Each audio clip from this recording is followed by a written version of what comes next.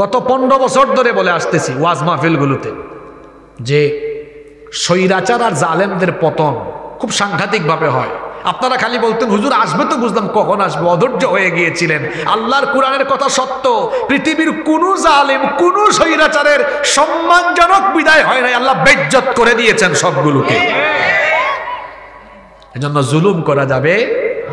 তো বলছিলাম সিরিয়ার কথা। এই সিরিয়া, এই শামের ভূমি হবে আরদুল মাহশারি ওয়াল মানশার, এটা হবে হাসরের ময়দান। আল্লাহ রসুল বলেছেন এটা হবে আগামীর পৃথিবী পরিচালনার কেন্দ্রবিন্দু। ইমাম মাহদি গোটা দুনিয়া শাসন করবেন, আর হেডকোয়ার্টার, হেড অফিস, তার অফিস থাকবে সিরিয়ায়। সুবহানাল্লাহ বলবেন না? এই সিরিয়া কালকে বাশার আল আসাদ, আসাদ পরিবার মুক্ত হয়েছে, হ্যাঁ, বিমানে করে পালাইছে। এই সুন্নত তো আমার দেশের উনি শুরু করেছেন, ঠিক কিনা? আর গাজওয়াতুল হিন্দ যে কোনো সময় হয়ে যেতে পারে। হিন্দুস্তানের সাথে একটা যুদ্ধ হবে। ১৫০০ বছর আগে বলেছেন মুহাম্মদ, আমরা বলি সাল্লাল্লাহু। হাদিসটি নাসাইতে, তিরমিজি শরীফে বর্ণিত হয়েছে। বর্ণনাকারী সাহাবী হলেন সাউবান রাদিয়াল্লাহু আনহু। তিনি বলছেন ইসাবাতান মিন উম্মতি আহরাজাহুমাল্লাহু মিনান নার, আমার উম্মতের দুইটা দলকে আল্লাহ জাহান্নাম থেকে মুক্তি দিয়ে দিয়েছেন। এই দুই দলকে জাহান্নামের আগুন পুড়াবে না, এই দুই দলের জন্য আমার জান্নাত ওয়াজিব। সুবহানাল্লাহ। একদল হলো ইসাবাতুন তাগজুল হিন্দ, যারা হিন্দুস্তানের বিরুদ্ধে যুদ্ধ করবে, তাদের জন্য জাহান্নামের আগুন হারাম করে দিয়েছেন কে? আরেক দল হলো ইসাবাতুন তাকুনু মা ঈসা ইবনে মারইয়াম আলাইহিস সালাম, যারা ঈসা আলাইহিস সালামের সাথে থাকবে। একজন নবীর এখনো ইন্তেকাল হয়নি, সেই নবীর নাম কি? ঈসা আলাইহিস সালাম। যদিও খ্রিস্টানরা দাবি করে তারা ঈসা আলাইহিস সালামকে শুলে চড়িয়ে হত্যা করেছে, কিন্তু তারা যাকে শুলে চড়িয়ে হত্যা করেছে তিনি ঈসা ছিলেন না, তিনি ছিলেন মিস্টার মিসা। অর্থাৎ যারা ওই ঘরে ঢুকেছিল তাদেরই মধ্যে একজনকে আল্লাহ ঈসা নবীর সুরত দিয়েছিলেন। আল্লাহ কি পারেন না? আর ঈসা নবীকে আল্লাহ আসমানে উঠায় নিয়েছেন দুই কারণে। এক নাম্বার, তার নবীকে আল্লাহ হেফাজত করেছেন। দুই নাম্বার কারণ, তিনি দোয়া করেছেন আল্লাহ নবী বানাইছো ঠিক আছে, কিন্তু আরেকটা দাবি আছে, অবশ্যই আমাকে আমার পরে যে আখেরে নবী আসবেন সেই নবীর উম্মত বানাতে হবে। সুবহানাল্লাহ। আল্লাহ বললেন যাও, ফরিয়াদ কবুল করলাম, তোমার মরণ দিব না, আমার কাছে উঠায় রাখবো। শেষ জামানা ইমাম মাহদির আগমনের পরে যখন দাজ্জাল আসবে, দাজ্জালকে হত্যার জন্য ঈসা আলাইহিস সালামকে আবার দুনিয়াতে পাঠাবেন কে? তখন ঈসা আলাইহিস সালামের সৈন্য সাথী যারা হবে, আল্লাহ বলেছেন আমি তাদের জন্য জাহান্নাম হারাম করে দিব। ঈসা আলাইহিস সালাম আসবেন সিরিয়ার দামেস্কের পূর্ব দিকের সাদা গম্বুজওয়ালা একটি মসজিদে ফজরের নামাজের সময় দুইজন সাহাবীর কাঁধের উপর অবতরণ করে, দুইজন সাহাবীর কাঁধের উপর ভর করে ওই মসজিদে অবতরণ করবেন। আল্লাহু আকবার। সিরিয়া এটা পবিত্র ভূমি, কোরআনে কারিমে এটাকে বলা হয়েছে আল আরদুল মুকাদ্দাসা। এটা শাম। হাদিসে শামের অনেক ফজিলত আছে। শাম হলো বর্তমান সিরিয়া, ফিলিস্তিন, লেবানন আর জর্ডান, এই রাষ্ট্রের যে আয়তন, এই রাষ্ট্রগুলোর নবীর সময় এই রাষ্ট্রগুলোর আয়তন নিয়ে গড়ে ওঠা দেশের নাম ছিল শাম। ফিলিস্তিন শামের অন্তর্ভুক্ত, সিরিয়া শামের অন্তর্ভুক্ত। এই দেশগুলোর জন্য আল্লাহ রাসূল দোয়া করে গিয়েছেন, আল্লাহুম্মা বারিক লানা ফি শামিনা ওয়া ফি ইয়ামানিনা, আল্লাহ আমাদের শামে, আমাদের ইয়ামেনে তুমি বরকত দাও। সুবহানাল্লাহ। তো আসতে বললেন মাহফিলে আপনারা ঠিক জোরে বলেন সুবহানাল্লাহ, আল্লাহু আকবার বলতে পারেন না। এই যে আমি এতক্ষণ ধরে কথা বলতেছি, ঠিক কিনা, ঠিক না বেঠিক বলেছি একবারও? কেন বলি নাই? আপনি বললে, আপনি ঠিক বললেও কোরআনের কথা ঠিক, কিছু না বললেও ঠিক। কোরআনের কথা এমনি ঠিক, বরং কোরআন শুনতে আসলে বলতে পারেন সুবহানাল্লাহ, আল্লাহু আকবার। আপনি আল্লাহর বরত্ব ঘোষণা করতে পারেন, আল্লাহর প্রশংসা করতে পারেন। যেমন শুনছেন আল্লাহ দুই দলকে জাহান্নাম থেকে মাফ করে দিলেন, সুবহানাল্লাহ সুবহানাল্লাহ। আপনি বললেন ঠিক, ফজিলত কোথায় এটার? কিন্তু সুবহানাল্লাহ বলার ফজিলত, আল্লাহু আকবার বলার, আলহামদুলিল্লাহ বলার ফজিলত আছে। তো মাহফিলে ঠিক ঠিক এটা বাদ দেন, বরং এই যে হাদিস পড়লাম, দুই দলকে আল্লাহ জাহান্নাম থেকে মাফ করে দিবেন, সুবহানাল্লাহ। ইসাবাতুন তাগজুল হিন্দ, যারা হিন্দুস্তানের বিরুদ্ধে যুদ্ধ করবে, শুনছেন আল্লাহু আকবার, আর যুদ্ধের কথা শুনলেই তো মুসলমান বলে আল্লাহু আকবার। সওয়াব হইছে না গুনাহ হইছে? আর আমি বললাম হিন্দুস্তানের বিরুদ্ধে যুদ্ধ হবে, ঠিক সওয়াব হইছে? জোরে বললেন সওয়াব হইছে? সময় কাজে লাগাও ইনশাআল্লাহ। ওই বলছিলাম আর কি যে হিন্দুস্তানের বিরুদ্ধে যুদ্ধ হবে, এখন ঠান্ডা ধরলে হবে? মানে শীতকে আপনারা ধরতে হবে। কষ্ট হচ্ছে আপনাদের? আচ্ছা আমি যদি ধরেন আর আপনাদের থেকে বেশি না, যদি 20 মিনিট সময় চেয়ে নেই, আপনারা কি আমার উপর রাগ করবেন? রাগ করবেন? আরো পারবেন না? তো দেখা যাবে আরো পারবে না। মাশাআল্লাহ, আল্লাহ কবুল করেন। তাইলে আমাদের প্রতি এটা বললাম, টেস্ট করলাম আর কি, আমি তাকাই এলাম টেস্ট। তারপরে যদি দেখি আপনাদের মনোযোগ ভালো তো সময় বাড়বে, যদি মনোযোগ কম দেখি আমিও কমাই দেবো আর কি, অবস্থা বুঝে ব্যবস্থা হবে ইনশাআল্লাহ। তাহলে আমার ভাইয়েরা, আমি আপনাদের পা ধরে অনুরোধ করে যাচ্ছি, আমার মা বোন, আজকে মহিলা প্যান্ডেল আছে, আমি মা বোনদের পা ধরে অনুরোধ করছি, আপনাদেরকে অনুরোধ করছি, দয়া করে কোরআন শিখুন। আমি এই মসজিদের সম্মানিত কমিটির দায়িত্বশীল বৃন্দকে অনুরোধ করে যাব, আপনারা এই মসজিদের সম্মানিত ইমাম এবং খতিব সাহেবকে দিয়ে একটি বিশুদ্ধ কোরআন শিক্ষা সেন্টার চালু করুন। আলহামদুলিল্লাহ, আমি খুশি হয়েছি, কিন্তু আমি চাইবো না ফ্রি না। মনে রাখবেন, বাঙালি ফ্রি জিনিসের দিকে দৌড়ায়, আর যেটা ফ্রি ওইটা মানুষ মূল্যায়ন করে শিখে না। আপনারা মাসে 1000 টাকা ফিস নেবেন, কমপক্ষে 1000 টাকা। ওমা, কোরআন শিখবে 1000 টাকা দিবে না, তার ছেলে মেয়ে ইংরেজি শিখবে 5000 টাকা দিলে। আমি শেষ করি আব্বাজান।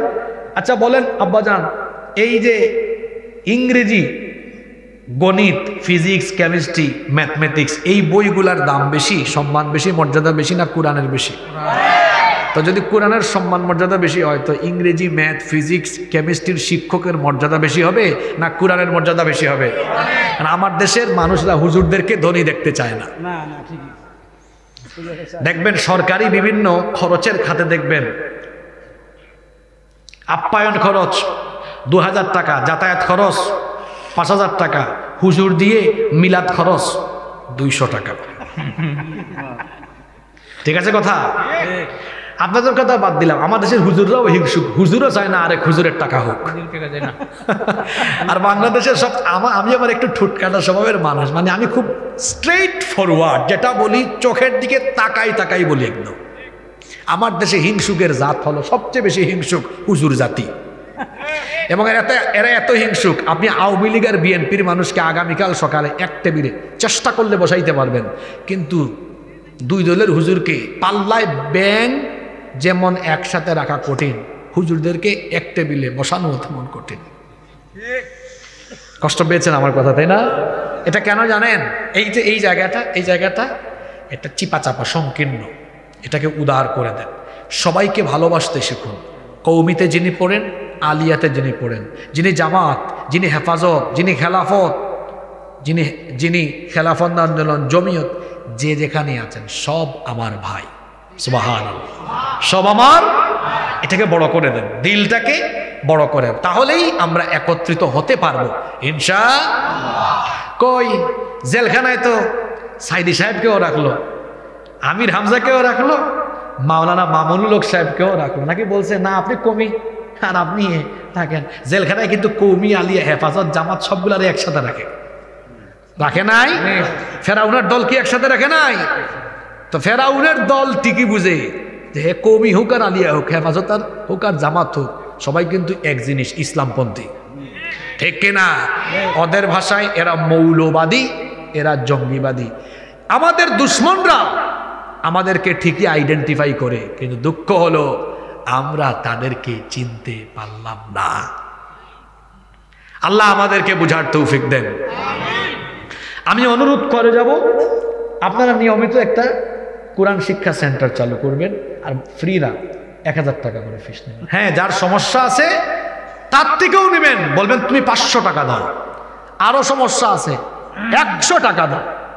আচ্ছা, যার আর্থিক সমস্যা আছে সে কি শিখবে না? সে শিখবে, অবশ্যই শিখবে, কিন্তু তাকে কিছু না কিছু দিতে হবে। কেন? তাইলে তার মূল্য থাকবে। দেখবেন যারা মেডিকেল সায়েন্সে পড়ে আচ্ছা, এখানে ছাত্ররা আছেন না? বলেন, সায়েন্সের স্টুডেন্টরা বেশি পড়ে না আর্টসের স্টুডেন্টরা বেশি পড়ে? সায়েন্সে খরচ বেশি না আর্টসে খরচ বেশি? ও বেশি খরচ করে মাথায় থাকে, ভালো করে পড়তে হবে, ওগুলো উঠেই ফেলতে হবে আবার।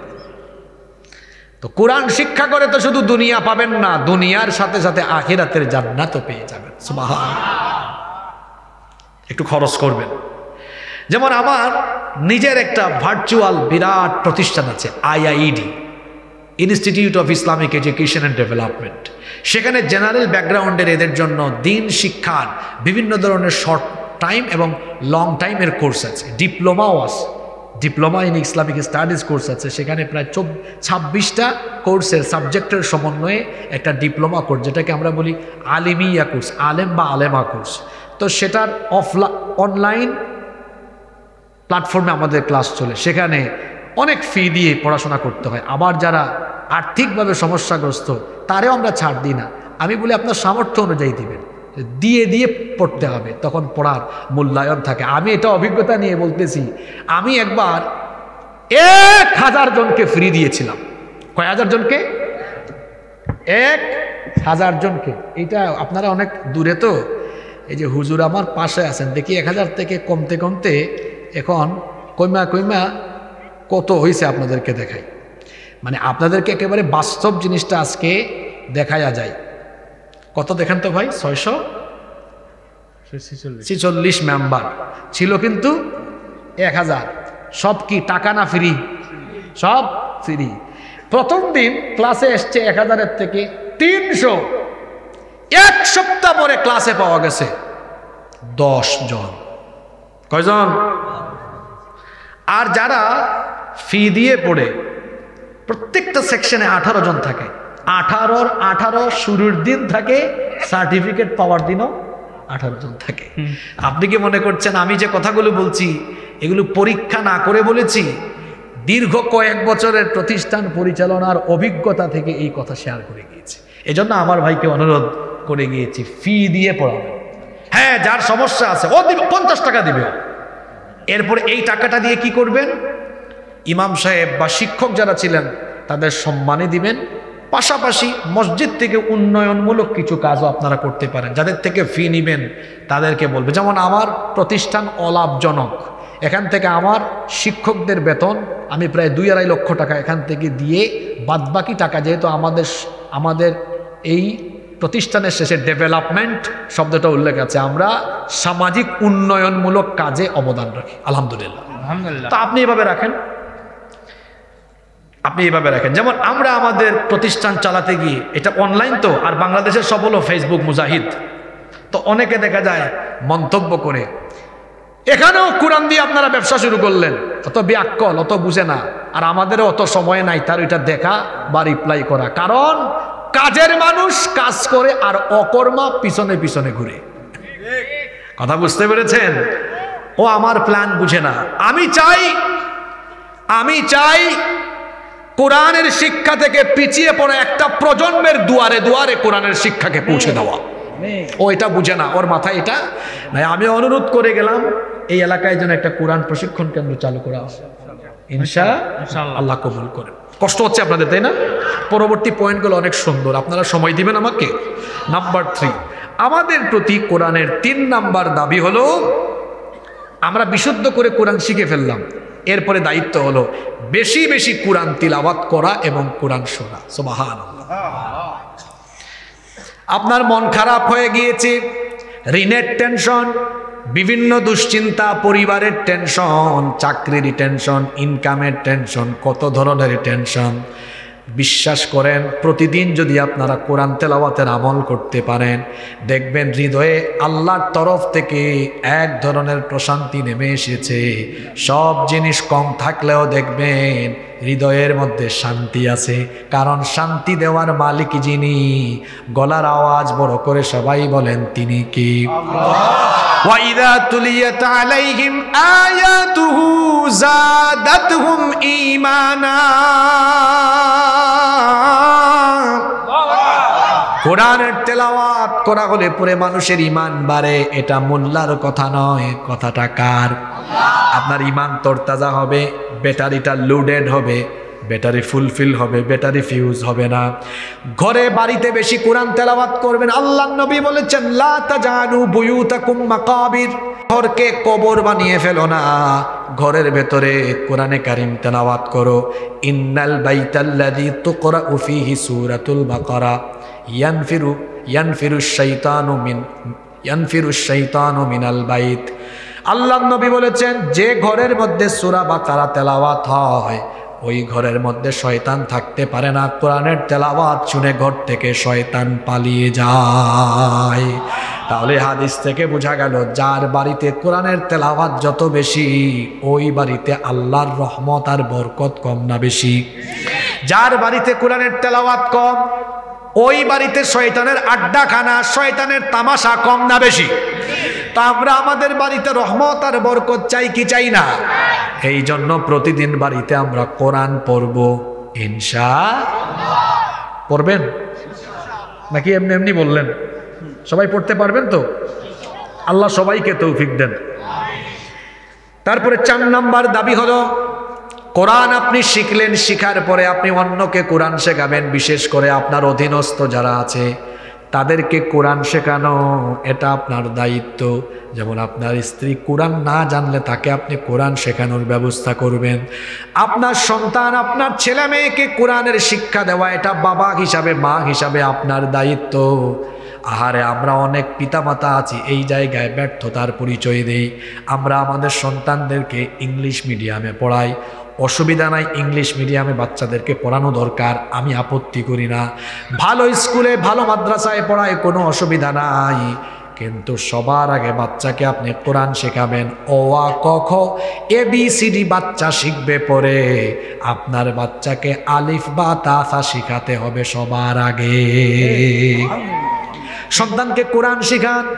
চোখের সামনে যদি আপনার সন্তান সুন্দর তিলাওয়াত করে, আপনি বাড়িতে ঢুকলেন আর শুনলেন 6 বছরের ছেলে, 7-8 বছরের ছেলে মেয়ে, আপনি বাড়িতে ঢুকে শুনলেন তার রুমে তেলাওয়াত করছে, বিসমিল্লাহির রহমানির রহিম, ইয়াসিন ওয়াল কুরআনিল হাকিম, ইন্নাকা লামিনাল মুরসালিন আলা সিরাতিম মুস্তাকিম, তানজিলাল আজিজির রহিম, লিতুনযিরা কওমান মা উনযিরা আবাউহুম ফাহুম গাফিলুন।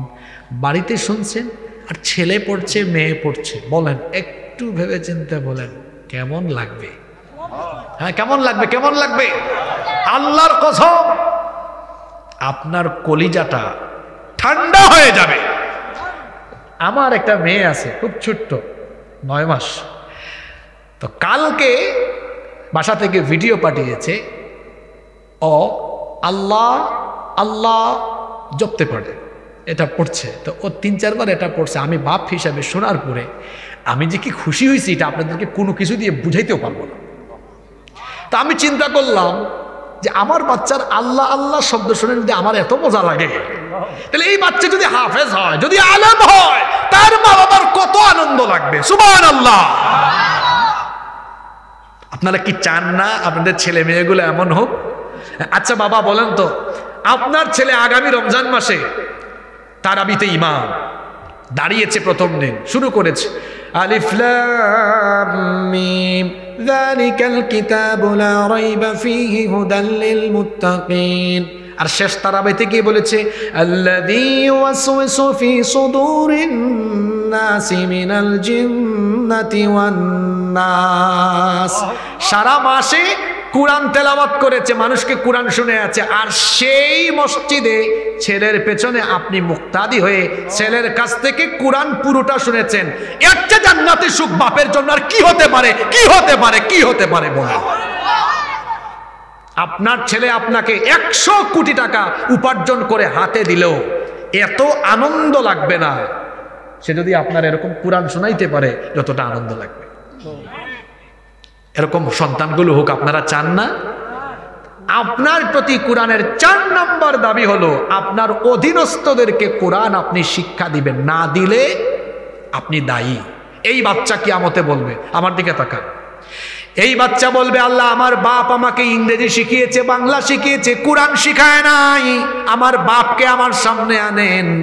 আল্লাহ বলবেন, তোমার বাপ মাকে আজকে তুমি কি করবে? বলবে, আমি শুধু অপমান নয়, চূড়ান্ত অপমান করব। নাজআলহুমা তাহতা আকদামিনা লিয়াকুনা মিনাল আসফালিন। আমি আমার বাপ মায়ের বুকের উপরে উঠে তাদের বুকের উপরে পাড়া দিয়ে পদদলিত করে জাহান্নামে যাব। চিন্তা করুন তো, বাপ হিসাবে, মা হিসাবে কতটা ব্যর্থ আপনি। যদি বাচ্চাকে কোরআন শিখাতে না পারেন, যদি বাচ্চাকে কোরআন না শিখাতে পারেন, আপনার ছেলে আর মেয়ে এইভাবে আপনাকে অভিযুক্ত করবে, দায়ী করে আল্লাহর আদালতে মামলা করে আটকায় দিবে। আর যদি আপনি বাচ্চাটারে কোরআন শিখায় যেতে পারেন, আলেম বানায় যেতে পারেন, আপনি কিয়ামতের দিন আটকে যাবেন। কিন্তু একজন হাফেজ, একজন আলেম কিন্তু সে জান্নাতি হলে তার পরিবারের কমপক্ষে 10 জনের জন্য সাফায়াত করতে, সে বলবে, আল্লাহ আমারে জান্নাত দিয়েছেন, আমার বাপকে আপনি আটকাবেন কেন? আমার মাকে আপনি আটকাবেন কেন? আমি আজকে আপনার দরবারে আমার বাপের জন্য, মায়ের জন্য জান্নাতের সুপারিশ করছি। আল্লাহ বলবেন, ফেরেশতারা এর বাপ মাকে ছেড়ে দে, জান্নাতে ঢুকানোর আগে উলবিসা ওয়ালিদাহু তাজান ইয়াউমাল কিয়ামাহ। এই হাফেজ, এই আলেম, কোরআনওয়ালা সন্তানের এই বাপ মার মাথার মধ্যে নূরের মুকুট পরিধান করিয়ে দাও। আখিরাতে সম্মান আছে, আর দুনিয়ায় বুঝি নাই, দুনিয়ায় বুঝি নাই। আমার বাবা নাই, ইন্তেকাল করেছেন, আল্লাহ তাকে ক্ষমা করুন।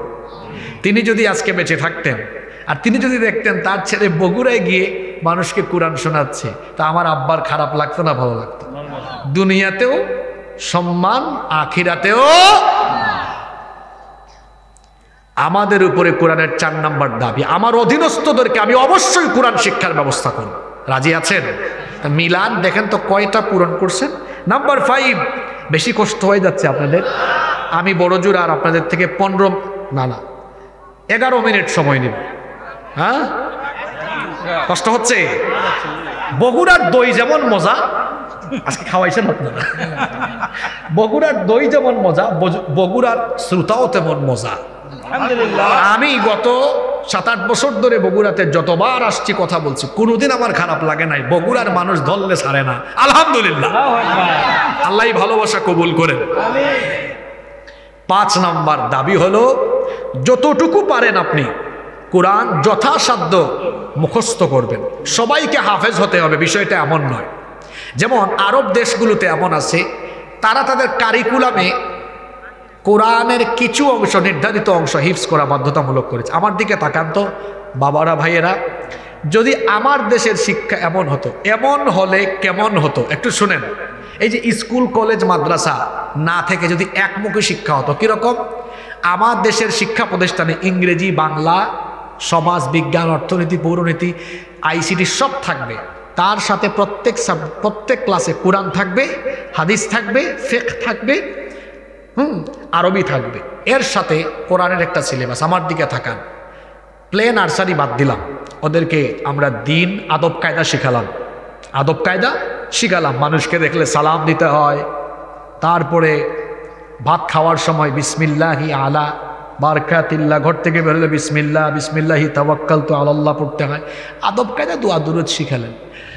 আর ক্লাস 1 থেকে 1, এই যে তাকান, 1, 2 এই 2 ক্লাসে তাজবিদ সহ বিশুদ্ধ কোরআন শেখালেন। ক্লাস 1-এ নাজেরা কায়দা পড়ান, নাজেরা পড়ান। ক্লাস 2-তে বিশুদ্ধ কোরআন শেখান। ক্লাস 1 শেষ, 2 শেষ।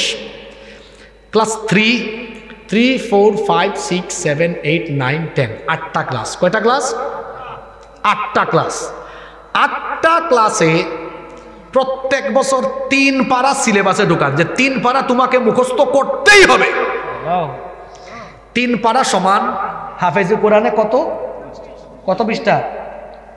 3 পারায় 60 পৃষ্ঠা না? 3 বিশে 60। আচ্ছা, একটা ছাত্র 60 পৃষ্ঠায় 1 বছরে মুখস্থ করা ব্যাপার, এটা ব্যাপার বলেন? হ্যাঁ, 60 পৃষ্ঠা 365 দিন, অত ডেইলি 1-2 লাইন করে পড়লো, বউ তাকে শেষ হবে। তাহলে দেখেন, প্রতি বছরে 3 পারা, এটা আমার প্রণীত সিলেবাস। আমি কিছু শিক্ষা প্রতিষ্ঠান বাংলাদেশে তৈরি করার প্ল্যান নিয়েছি। আমার চিন্তা হচ্ছে ডাক্তার হবে, হাফেজ ডাক্তার, ইঞ্জিনিয়ার হবে, হাফেজ ইঞ্জিনিয়ার, ব্যারিস্টার হবে, হাফেজ ব্যারিস্টার, ব্যারিস্টার আর ইংরেজিতে কোর্টে দাঁড়িয়ে মহামান্য আদালতকে ইংরেজিতে যেমন হেয়ারিংয়ে তার হেয়ারিং শোনাবে, পাশাপাশি মাঝে মাঝে কুরআন হাদিসের উদ্ধৃতি দিবে। আমিন। এরকম তাইলে ক্লাস 10 পর্যন্ত 3 আটা কত পারা? 3 আটে বলেন না বাবারা, বলেন কত? তো বাকি আছে আর কয় পারা? ইন্টার ফার্স্ট ইয়ারে আরো 3, সেকেন্ড ইয়ারে আরো 3, কত হইল? অনার্সে আর মাস্টার্সে তার কাজ হলো সে তার নির্ধারিত সাবজেক্টের উপরে অনার্স মাস্টার্স করবে আর দাউরা হবে, দাউরা। আপনারা আমাকে বলেন এরকম প্ল্যান ওয়াইজ চললে কোরআন মুখস্থ করা কি কঠিন? আপনাদের পুঁজি কি? আপনাদের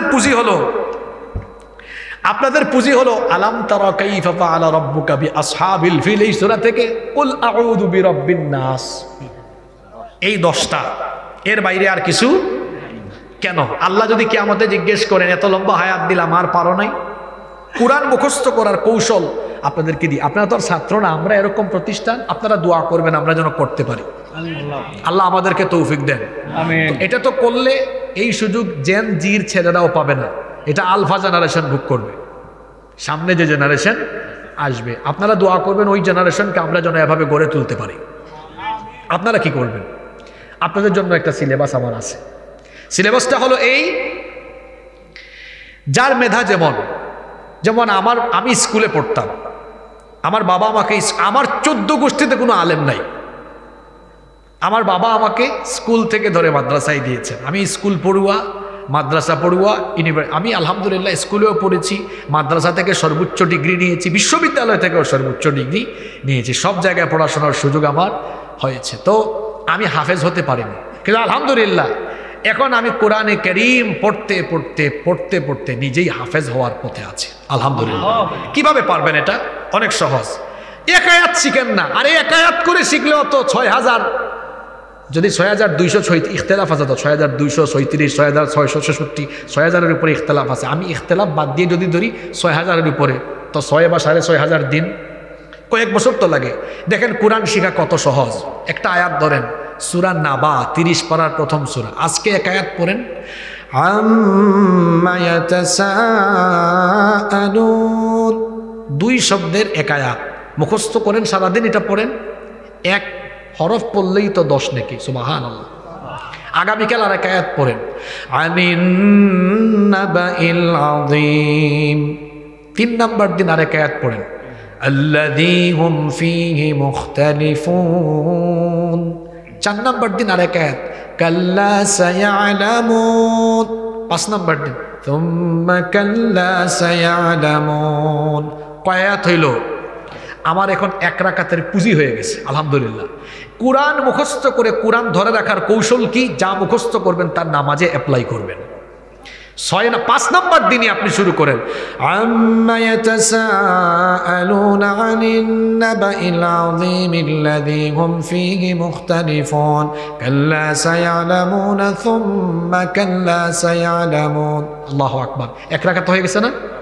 হয়ে গেছে কিনা? এই রকম কোরআন একদিন এক আয়াত করে পড়লো আপনাদের পুঁজির ভান্ডার 10 সূরায় সীমাবদ্ধ থাকতো না। এখানে পাওয়া যাইতো হুজুর 5 পারা শেষ, ওদিকে বলতো হুজুর 6 পারা, ওইদিকে বলতো 10 পারা, ওইদিকে বলতো হুজুর 17 পারা। 2019 সালে আমি সৌদি আরবের এই জিদ্দা থেকে মক্কায় যাচ্ছি, এক ইয়ামেনি ড্রাইভার, ও তিলাওয়াত করছে 15 পারা থেকে। আমি বললাম, হাল আনতা হাফিজুল কোরআন, এত সুন্দর তিলাওয়াত, আপনি ড্রাইভার মানুষ, আপনি কি হাফেজে কোরআন নাকি? কয় না হুজুর হাফেজে কোরআন না, তবে অর্ধেকের বেশি মুখস্থ করে ফেলেছে। তো ও পারলে ড্রাইভার মানুষ, আমরা কি পারবো না? আমার বাংলাদেশিদের মেধা বেশি, এটা চাপাবাজি নয় তো। দেখেন না প্রতি বছর আন্তর্জাতিক হিফজুল কোরআন প্রতিযোগিতায় সব দেশের প্রতিযোগীরা পিছনে, বাংলাদেশিরা সামনে, সুবহানাল্লাহ।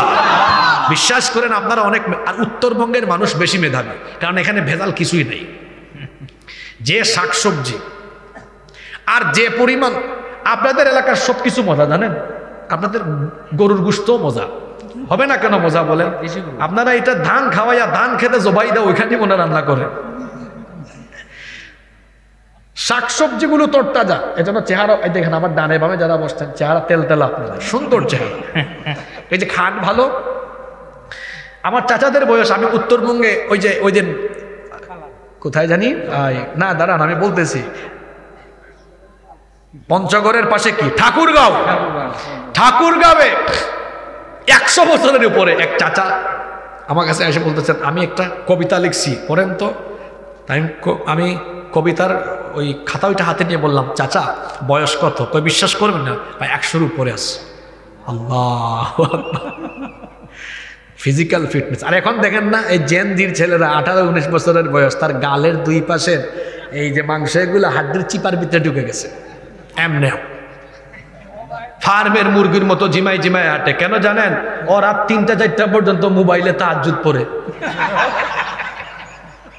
ওর ঘুম ঠিক নাই, ওর যৌবন নষ্ট হয় বিভিন্ন আবুল তাবুল জায়গায়। আর যার ঘুম ঠিক নাই, ওর কিচ্ছু ঠিক নাই। আমার তো মনে হয় কুস্তিতে লাগাই দিলে 80 বছরের চাচার সাথে 20 বছরের ছেলেটা পারবে না।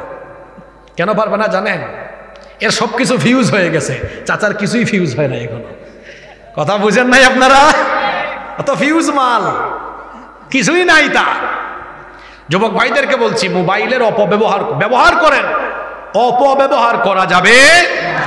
আজকে যুবকদের চরিত্র নষ্ট করার আকর্ষণীয় উপাদানের নাম হলো এই মোবাইল ফোন। হারাম রিলেশন করে গার্লফ্রেন্ড বানিয়ে ফেলেছে এই বয়সে। চিন্তা করেছেন? বিবাহ বহির্ভূত সকল ধরনের সম্পর্ক হারাম করে দিয়েছেন কে? আল্লাহ। যে ছেলে মেয়েদের পিছনে ঘুরঘুর করে, ও একটা ইতর। মেয়েদের পিছনে তুমি কেন ঘুরঘুর করবা? নিজেকে এমন যোগ্যতায় নিয়ে যাও যেন সুন্দরী সুন্দরী মেয়ের বাপ তোমার পিছে ঘুরে, তার মেয়ে বিয়ে দেওয়ার জন্য।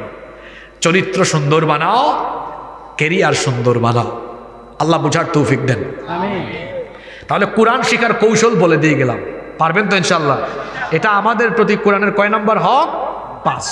এটা আমরা 9টা বলবো না, 6 নম্বরে চলে আসছে। 6 তো 6 বলার আগে একটা রিভিশন মেরে দিই। 1 নম্বর হক হলো কোরআনের উপরে পূর্ণাঙ্গ কি আনা। 2 নম্বর বিশুদ্ধ কোরআন শিখা। 3 নম্বর অধীনস্থদেরকে কোরআন শেখানো। 4 নম্বর বেশি বেশি কোরআন পড়া এবং শোনা। 5 যথাসাধ্য কোরআন মুখস্থ করা। 6 সবচেয়ে গুরুত্বপূর্ণ এটা। 6 হলো কোরআন অনুযায়ী আমল করা। কোরআন অনুযায়ী কি করা? আমাদের দেশে বহু মুসলমান আছে, কোরআনের সাথে তাদের জীবনের কোনো মিল নাই। কোরআনে আছে সুদ খায়ও না, সে সুদ খায়। কোরআনে আছে ঘুষ খায়ও না, সে ঘুষ খায়। কোরআনে আছে হারাম উপার্জন করো না, সে হারাম খায়। তাহলে কোরআনে আছে একটা, আর তার জীবনে করে আর একটা। এমনটা হওয়ার কারণ হলো এই ব্যক্তি কোরআন পড়লেও কোরআন বুঝে কোরআন অনুযায়ী আমল করে না। যেই ব্যক্তি কোরআন তেলাওয়াত করে কিন্তু আমল করে না, সেই ব্যক্তি হলো এমন, সেই ব্যক্তি হলো স্বাদহীন কোনো ফলের মতো। এই ব্যক্তির জীবন হলো এমন, এই ব্যক্তির জীবনটা হলো নিফাকিতে ভরপুর। আল্লাহ নবী বলেছেন কোরআন এমনভাবে পড়ো, যাতে কোরআন এমনভাবে তুমি পড়ো যাতে জীবনের সাথে তোমার মিল থাকে। আল্লাহ তো কোরআনেও বলেছেন লিমা তাকুলুনা মা লা তাফআলুন, যেটা বলো সেটা কেন করো না, যেটা বলবেন সেটা করবেন। কোরআন আপনি পড়বেন, সেই অনুযায়ী আপনি আমল করবেন। যে ব্যক্তি কোরআন অনুযায়ী আমল করে, আল্লাহর নবী বলেছেন মান ক্বালা বিহি সাদাকা, যে কোরআন থেকে বলে সে সত্য বলে। ওয়া মান হাকামা বিহি আদালা, যে কোরআন দিয়ে বিচার করে সে ন্যায় বিচার করে। ওয়া মান হাকা, এরপরে আল্লাহর নবী বলেছেন ওয়া মান আমিলা বিহি উজরা, যে কোরআন অনুযায়ী আমল করে তাকে পুরস্কার যিনি দান করেন তিনি কে? সাহাবীরা একবার আমাদের মা আয়েশা রাদিয়াল্লাহু আনহার কাছে গেলেন, গিয়ে বললেন আমাদেরকে ওয়াজ করেন, নসিহত করেন, নবীজির চরিত্র কেমন কেমন ছিল আমাদেরকে একটু ওয়াজ করেন। তিনি বললেন ওয়াজ করার দরকার নাই, বাড়ি চলে যাও, তোমাদের বাড়িতে কি কোরআন নাই? কানা খুলুকুহুল কোরআন, বাড়ি গিয়ে কোরআন পড়ো, কারণ এই কোরআন যেমন আমার নবীর চরিত্র হলো তেমন। কোরআন ছিল যেমন, রসুল ছিলেন তেমন। তাহলে কোরআন অনুযায়ী আমল করতে হলে কোরআন কি করতে হবে? পড়তে হবে। এবং কোরআন অনুযায়ী আমল করতে হলে তো কোরআন একবার শেষ করতে হবে, তাই না? এই যে এটা হলো প্রিন্টেড কোরআন, আর আমার রসুল ছিলেন প্র্যাকটিক্যাল প্র্যাকটিক্যাল কোরআন, সুবহানাল্লাহ, প্র্যাকটিক্যাল জীবন্ত কোরআন। তা আমি আপনি যদি এভাবে নিজেদের জীবনে কোরআনের প্রয়োগ করতে চাই, তাহলে তো অন্তত কোরআন একবার হইলেও তো শুরু থেকে শেষ পর্যন্ত পড়া দরকার না? পড়ছেন না? পড়েন নাই। কেন পড়েন নাই? একটা ভয়, হুজুর দেখছেন আপনার হাতে এটা কত বড় জিনিস, এটা কেমনে পড়তাম?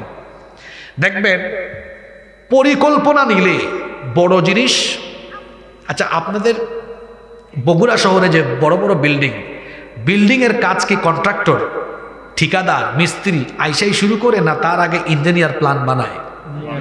ইঞ্জিনিয়ার প্ল্যান বানায় যে এইটা কত স্কোয়ার ফিটের হবে, কোন রুমের সাইজ কত হবে, ভীম কেমন হবে, তারপর পাইলিংটা কেমন হবে, পিকাশ পাইল হবে না একেবারে আপনার পাইলিংয়ের তো অনেকগুলো ধরন আছে, তারপরে কোন দিকে ডাইনিং রুম, কোন দিকে ড্রয়িং রুম, কোন দিকে কিচেন, কোন দিকে আগে একটা কি করে প্ল্যান করে, ডিজাইন করে, ড্রয়িং করে, এটা পাস করে তারপরে কাজ আরম্ভ করে। এই যে এত বড় কোরআন দেখেই ভয় পাচ্ছেন, আগে একটা প্ল্যান পাস করেন না, দেখবেন কত সহজ।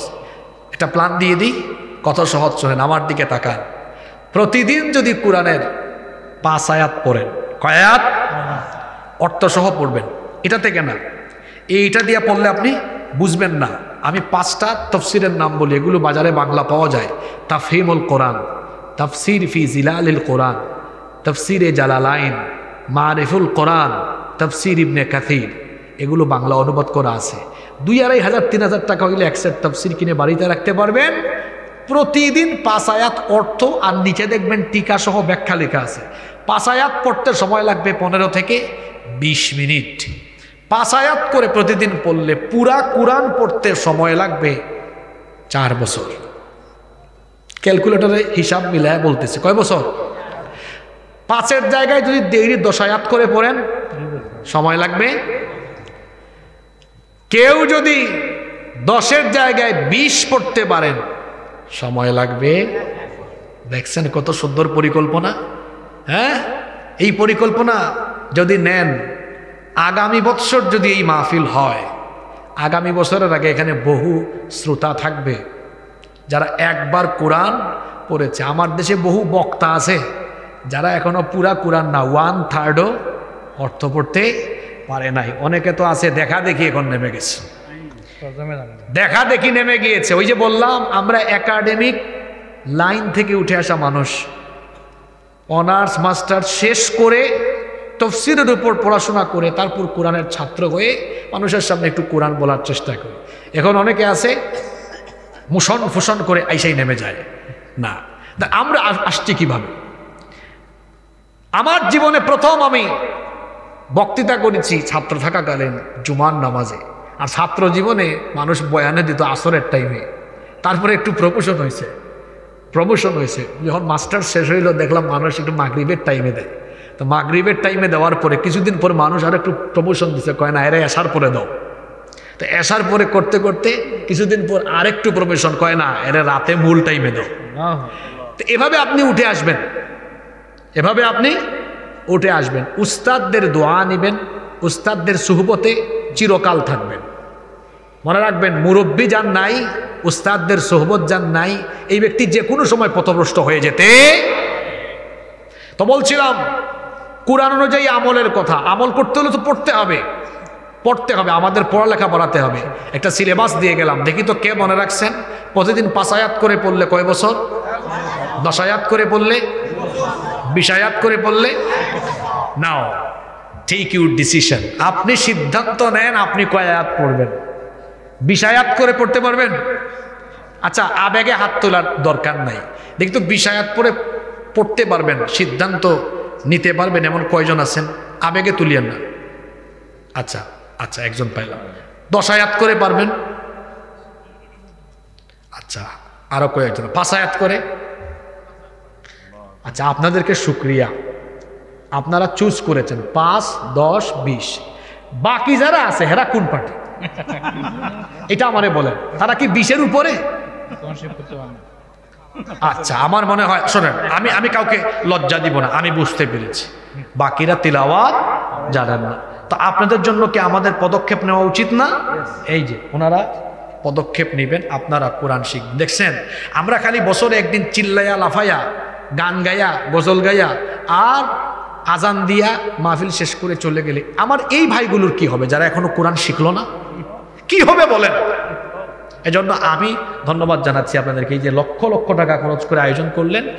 এক বছরে আপনারা কোরআন শিক্ষা কেন্দ্র চালাইলে সর্বোচ্চ 50,000 60,000 করে যাবে। আরে আপনাদের বগুড়ার মানুষ ধনী, এটা একজন দিয়ে দিবে। আছে কওমি মাদ্রাসায় আছে, কওমি মাদ্রাসা থেকে ঘোষণা করবেন আম জনতার জন্য আছে। আর আর মেয়েরা কি দুষ করলো? মহিলা মাদ্রাসা নাই, নতুন হচ্ছে। মেয়েদের শিক্ষা দরকার আরো বেশি। আমাদের ঘরের বউরা মেয়েরা যত বেশি দিন শিখবে আমাদের ঘর তত বেশি জান্নাতি পরিবেশ হবে। সুবহানাল্লাহ। তবে আজকে থেকে আমার মনে হয় এখানে অনেক সিদ্ধান্ত নিয়ে নেওয়া মানুষ তৈরি হয়েছে। আপনারা কোরআন শিখবেন ইনশাআল্লাহ। কারা কারা শিখবেন দেখি তো? আল্লাহু আকবার, আল্লাহু আকবার। গরিব ছাত্রদের জন্য খাওয়া দাওয়া ফ্রি করা না, এইটা সমস্যা। খাওয়া দাওয়া ফ্রি করবেন না, আমি এটার পক্ষে না। আমার সাথে অনেকে দ্বিমত হবে। আমি ফ্রি পাইয়া অনেকে মূল্যায়ন করেন। এজন্য আমি সকল ঘরানার মাদ্রাসাদেরকে অনুরোধ করব ফ্রি বন্ধ করে দেন আপনারা। আর ফ্রি বন্ধ করার আরো একটা কারণ আছে, আমরা ফ্রি পড়াই দেখে জেনারেল ব্যাকগ্রাউন্ডের এরা আমাদেরকে দেখলে গালি দেয়, লিল্লা খাওরা। ঠিক আছে কথা? আমি চিন্তা করেছি আপনারা আমার জন্য দোয়া করবেন। আমি এমন একটি প্রতিষ্ঠান তৈরির প্ল্যান নিয়ে আগাচ্ছি যেখানে পড়তে, ইংলিশ মিডিয়ামে পড়তে যে খরচ তার চেয়ে বেশি ফি এখানে লাগবে। সেই কোয়ালিটির শিক্ষা দেওয়া হবে। এই ছেলেটা অনর্গল ইংরেজিতে কথা বলবে, অনর্গল আরবিতেও কথা বলবে। এরকম প্রতিষ্ঠান তৈরি করেন, দেখবেন বড় লোকের সন্তানরা আসবে, তাহলে বলতে পারেন হুজুর গরিব মানুষ কি দোষ করলো। একটা প্রতিষ্ঠানে সবার ব্যবস্থা রাখবেন, বড় লোকদের ব্যবস্থাও রাখবেন, মিডিয়াম যারা আছেন মধ্যবিত্ত তাদের জন্য রাখবেন, এতিমের ব্যবস্থাও রাখবেন। একদম ফ্রি করা যাবে, ফ্রি করলে অসুবিধা আছে। যাই হোক, এখানে 3 ক্যাটাগরি পাওয়া গেল, 5 আয়াত, 10 আয়াত, 20 আয়াত। যারা হাত তুলেন নাই তারা কোরআন শিখবেন, তাদের জন্য ব্যবস্থা করে দেওয়া হবে ইনশাআল্লাহ। আপনাদের মনে বেশি কষ্ট হচ্ছে, তাইলে এই যে 6টা হকের কথা বললাম, আমাদের উপর কোরআনের 6টা হক, 7, 8, 9, 3টা আছে আর বাকি 7। দেখেন আপনি কোরআন শিখলেন, পড়েন, তেলাওয়াত করেন, বুঝলেন, আমল করেন, দায়িত্ব কি শেষ? প্রথম 6টা বলেছি ব্যক্তি পর্যায়ের আমল, এবার 7 থেকে শুরু হবে সামষ্টিক। 7 দায়িত্ব শেষ নয়। কোরআন শিখেছেন, বের হয়ে যেতে হবে, মানুষকে কোরআনের পথে আহ্বান করতে হবে। সুবহানাল্লাহ। ওয়ালতাকুম মিনকুম উম্মাতুন ইয়াদউনা ইলাল খায়রি ওয়া ইয়া'মুরুনা বিল মা'রুফি ওয়া ইয়ানহাউনা আনিল মুনকার ওয়া উলাইকা হুমুল মুফলিহুন। তোমাদের মধ্যে, তোমাদের সমাজে এমন একটা দল থাকবে যেই দল অমুক নেতা অমুক দলের পক্ষে মানুষকে ডাকবে না, তারা মানুষকে ডাকবে কার দিকে? আল্লাহর দিকে ডাকবে, আর বলবে কোরআন অনুযায়ী সৎ কাজের আদেশ, অসৎ কাজের নিষেধ, এগুলো বাস্তবায়নের জন্য একটি কোরআনিক দল গঠন করে আল্লাহর জমিনে কোরআনের আইন প্রতিষ্ঠার জন্য কাজ করবে যারা, আল্লাহওয়ালা কোরআনওয়ালা মানুষ হলো তারা। এজন্য দেখেন না, কওমি মাদ্রাসা হোক, আলিয়া মাদ্রাসা হোক, সব পড়ার পরে তারা দল বানায়। আমরা এই দল, তাবলিগ আছে, হেফাজত আছে, কেউ আছে মানুষকে ইসলাহ করে, তাবলিগ ইসলাহ করছে, তাজকিয়ার কাজ করছে, জামাত, হেফাজত, চরমুনাই, বিভিন্ন দল আছে, তারা রাজনৈতিকভাবে ইসলাহের কাজ করে আল্লাহর আইন প্রতিষ্ঠার কাজ করছে। তাহলে বোঝা গেল কোরআন শিখলেই দায়িত্ব শেষ না, এবার এই কোরআন সমাজে রাষ্ট্রে প্রতিষ্ঠার জন্য কাজ করা আপনার জন্য ফরজ। আপনি কি করছেন? আমার ভাই, তোমার ভাই, অমুক ভাই, তমুক ভাই। আর যারা কোরআনওয়ালা তারা বলে নারায়ে তাকবীর। স্লোগানের পার্থক্য দেখছেন? যারা কোরআনওয়ালা তারা কোনো ব্যক্তির চামচা নয়, কোনো নেতার চামচা নয়। কোরআনের দলের বাইরে যারাই আছে দেখবেন ওখানে নেতা আছে, চামচাও আছে। যুবকদেরকে বলে যায়, আপনার এই যৌবন আর তারুণ্য কারো চামচামিতে ব্যয় করবেন না। এই যৌবন কারো চামচামের জন্য দেওয়া হয় নাই, এই যৌবন দেওয়া হয়েছে আলেমুল আমাদের সাথে থেকে আল্লাহর জমিনে আল্লাহর কোরআনের রাজ কায়েম করার জন্য। যুবক ভাইরা আলেমদের সাথে আছেন না নাই? আল্লাহ কবুল করে। 8 নাম্বার, কষ্ট হচ্ছে নাকি আপনাদের? 8 নাম্বার হলো কোরআন অনুযায়ী সমাজ রাষ্ট্র পরিচালনা করা। আমার মসজিদে মাদ্রাসায় কোরআন থাকবে, এরকম যদি পার্লামেন্টের সেক্রেটারিয়েটে কোরআন থাকতো, যদি এমন হতো সৎলোকরা শাসন করতো। আল্লাহর আইন আছে, সৎলোকের শাসন আছে। সেখানে দেখা যাচ্ছে পার্লামেন্ট মেম্বার, তিনি অত্যন্ত সৎ মানুষ, চুরি করে না, ডাকাতি করে না, জনকল্যাণে নিজেকে নিবেদিত করে, আর দেশের মধ্যে কোরআনের আইন কায়েম হয়ে গিয়েছে। এই সমাজে কোনো অশান্তি থাকবে? তাইলে কোরআনকে এই পর্যায়ে নিয়ে যাওয়া, এটা কি আমাদের দায়িত্ব নয়? এটা কি আমাদের দায়িত্ব নয়? এটা আমাদের দায়িত্ব।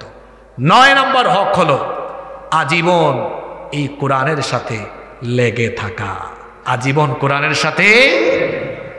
এই 9টা দাবি যারা পূরণ করবে, কোরআন কিয়ামতের ময়দানে ওই ব্যক্তির পক্ষে দাঁড়িয়ে আল্লাহর সাথে ঝগড়া করবে ততক্ষণ, লোকটাকে আল্লাহ মাফ করে দিয়ে জান্নাতে দিবেন না যতক্ষণ। সুবহানাল্লাহ। তাইলে এবার বলেন তো, আজকে তাফসিরুল কোরআন মাহফিলে এসে, কোরআন মাহফিলে এসে মানুষের উপর, আমাদের উপর কোরআনের দাবিগুলো জেনেছি। আমাদের উপরে কোরআনের দাবি কয়টা? জোরে বলেন, কয়টা? এখন আমি প্রশ্ন করি, যদি এখানে এমন কাউকে আমি পাই 100 ভাগ উত্তর দিয়েছে, তারে আমি পুরস্কার দিয়ে যাব। দেখি এমন কে আছে যে সবগুলোর উত্তর দিতে পারে। কোরআনের দাবি বলেছি কয়টা? 1 নাম্বার পরিপূর্ণ, 2 নাম্বার, 3 নাম্বার। আচ্ছা, 2 নাম্বার পয়েন্টে যে বললাম বিশুদ্ধ করে কোরআন শেখা, বিশুদ্ধ করে কোরআন না শেখার শাস্তি কয়টা? 1 নাম্বার।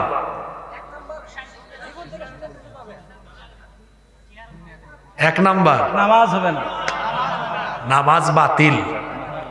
2 নাম্বার রসুলের সুপারিশ। 3 নাম্বার আল্লাহর শাস্তি বরাদ্দ। কয়টা? আরো 3টা। জীবনে সুখ, 2 কবরে শাস্তি, 3 কিয়ামতে কি হয়ে উঠবে? আচ্ছা, এরপরে 3 নাম্বার হকের কথা কি বললাম? অধীনস্থদেরকে কোরআন শেখানো। 4 নাম্বার কোরআন পড়া এবং কোরআন শোনা। 5 নাম্বার কোরআন অনুযায়ী আমল করা। 6 নাম্বার মানুষকে কোরআনের দাওয়াত দেওয়া। 7 নাম্বার মাঝখান দিয়ে একটা ফালাই আসছেন, যথাসাধ্য কোরআন মুখস্থ করা। 8 নাম্বার কোরআনের রাজ কায়েমে চেষ্টা চালানো। 9 নাম্বার কোরআনের সাথে লেগে থাকা। তাহলে এই পয়েন্টগুলো সবাই তো বলতে পারেন নাই, বললে পুরস্কার পাইতেন। যাই হোক, মোটামুটি সামষ্টিকভাবে আমরা বলেছি, আলহামদুলিল্লাহ। তাহলে এই 9টা দাবি পূরণে আজকে কি আমরা সবাই সিদ্ধান্ত নিতে পারি?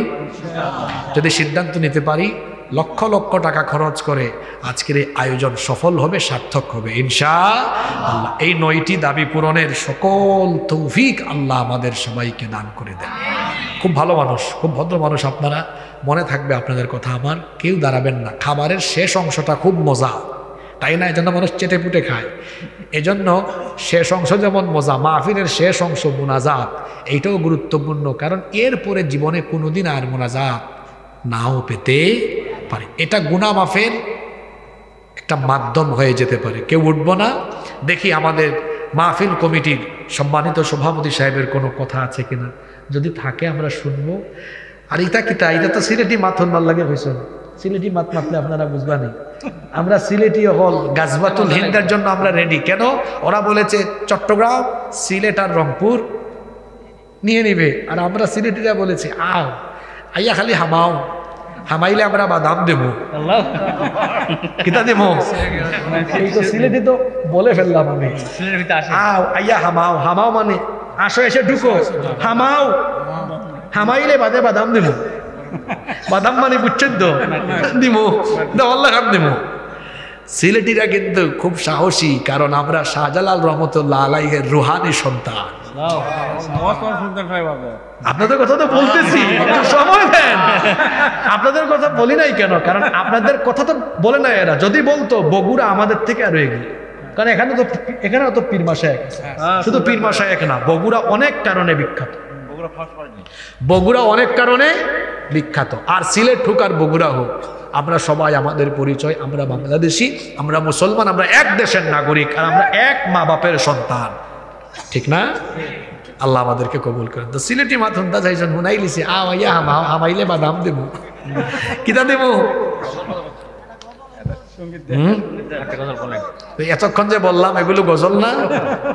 আল কোরআনের পথ, এই পথে আসল পথ, অন্য পথে অন্য মতে নেই যে রহমত। আল কোরআনের পথ, এই পথে আসল পথ, আল কোরআনের আলোয় যার জীবন আলোকিত, সে চির বিপ্লবী নয় কখনো ভীত, তার বুকেতে শুধুই খোদার অথই মোহাব্বত, অথই মোহাব্বত। আল কোরআনের পথ, এই পথই আসল পথ, অন্য পথে অন্য মতে নেই যে রহমত। আল কোরআনের পথ, এই পথই আসল পথ। আল্লাহ আমাদেরকে এই পথে কবুল করেন। আপনাদের কোনো কথা আছে? তাহলে অনুমতি যদি দেন আমি মোনাজাত করে ফেলি। আল্লাহুম্মা আমিন। আলহামদুলিল্লাহি রাব্বিল আলামিন, ওয়াসসালাতু ওয়াসসালামু আলা আশরাফিল আমবিয়াই ওয়াল মুরসালিন। রব্বানা যালামনা আনফুসানা ওয়া ইল্লাম তাগফির লানা ওয়া তারহামনা লানাকুনান্না মিনাল খাসিরিন। ربنا لا تزغ قلوبنا بعد إذ هديتنا وهب لنا من لدنك رحمة إنك أنت الوهاب رب العالمين। ওগো আমাদের মালিক, ওগো আমাদের রব, গভীর রাত পর্যন্ত কোরআনে কারীম থেকে আলোচনা করলাম এবং শুনলাম। আমরা যারা আলোচনা করেছি আমরা মানুষ, কথা বলতে গিয়ে মনের অজান্তে যদি কোনো ভুল কথা বলে ফেলি, মানুষের স্মৃতিপট থেকে তুমি তা মুছে দাও। আর যত সত্য সুন্দর কথা বলেছি সেগুলো আমাদের সকলকে বাস্তব জীবনে আমল করার তৌফিক দাও রব্বুল আলামিন। অসংখ্য মুসলমান নরনারী নিয়ে গভীর রাতে তোমার রহমতের আশায় হাত পেতেছি। এত গুনাহ আমরা করেছি, গুনাহের কোনো শেষ নাই রব্বুল আলামিন। গভীর এই রাতে আমরা তোমার কাছে ভিখারির মতো হাত তুলেছি। আমাদের গুনাহের দিকে না তাকিয়ে তোমার রহমতের দিকে দৃষ্টিপাত করে তোমার গাফফার নামের খাতিরে আমাদের জীবনের ছোট বড় জানা অজানা যত গুনাহ আছে সব গুনাহ তুমি দয়া করে মাফ করে দাও রব্বুল আলামিন। আমাদেরকে 5 ওয়াক্তের নামাজি বানিয়ে দাও। আমাদের সন্তান, আমাদের স্ত্রীদেরকে আমাদের জন্য চক্ষু শীতলকারী বানিয়ে দাও। আমাদের পিতামাতাকে মাফ করে দাও। আল্লাহুম্মা গফিরনি ওয়া লিওয়ালিদাইয়া ওয়া কুর রাব্বিরহামহুমা কামা রাব্বায়ানি সগীরা। রাব্বিরহামহুমা কামা রাব্বায়ানি সগীরা।